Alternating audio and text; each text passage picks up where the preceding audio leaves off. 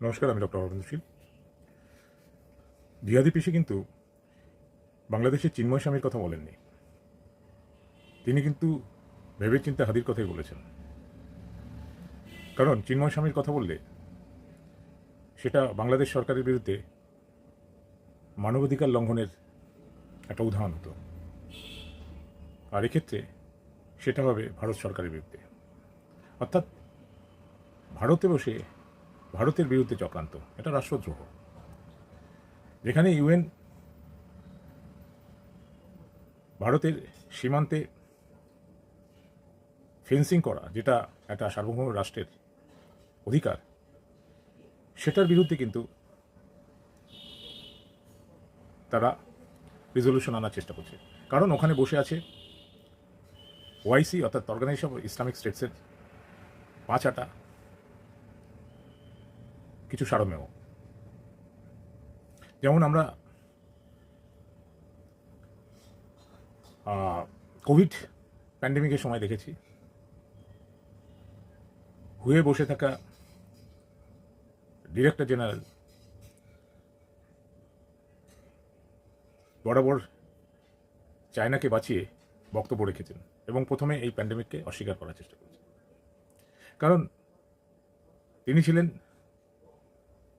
বকলমে চায়নার বেতনভোগী। তাই এই ধরনের সংস্থা তাকে ভারতের বিরুদ্ধে লেলিয়ে দেওয়ার, ভারতের মধ্যে বসে, সেটা রাষ্ট্রদ্রোহ। আর এই পার্টিকে নিয়ে বিজেপির মধ্যে অনেক নেতা সংশয় আছেন যে এদের মধ্যেও ভালো আছে। হ্যাঁ, প্রথমে যখন পরিবর্তন এসেছিল 11তে, তখন অবশ্যই কিছু ভালো লোকজন ছিলেন, নেতা ছিলেন। তারা 34 বছরের বাম অপশাসনের পরে একটা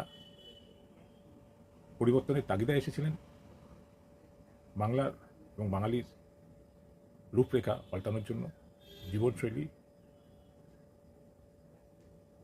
উন্নীত করার জন্য। তারা জিহাদি চক্রান্তের সাথে ছিলেন না, তারা বাংলাদেশ বানানোর চক্রান্তে ছিলেন না। এবং তারা বুঝতে পেরে পরে দলত্যাগ করেছেন। সেরকম লোকজন হলেন অমিত মিত্র, সুখেন্দু শেখর রায়। কিন্তু এবারে ভরাডুবির পরে যারা হঠাৎ করে বিবেকবান হয়েছে, সবই ধান্দাপন্থী। এরা ভবিষ্যতে এই দেশের এবং বিজেপির পক্ষে মাথা ব্যথার কারণ হবে। তাই এদের সরাসরি বলতে হবে যে রাজনীতি ছাড়ুন, নাহলে শ্রীগড়ে যান। যাদের শ্রীগড়ে পাঠানো হবে, আর তার মধ্যে যাদের এখনো রাজনৈতিক জীবনে থাকার ইচ্ছে আছে, কামিয়ে নেওয়ার বা দেশদ্রোহ করার, বাংলাদ্রোহ করার, তাদের সরাসরি বলতে হবে রাজনীতি ছাড়ুন, সম্পত্তি জমিজমা সমস্ত বাজেয়াপ্ত হবে, রাজনীতির পথ আর মানাবেন না। নমস্কার, এখানেই শেষ করলাম। ভেবে দেখবেন।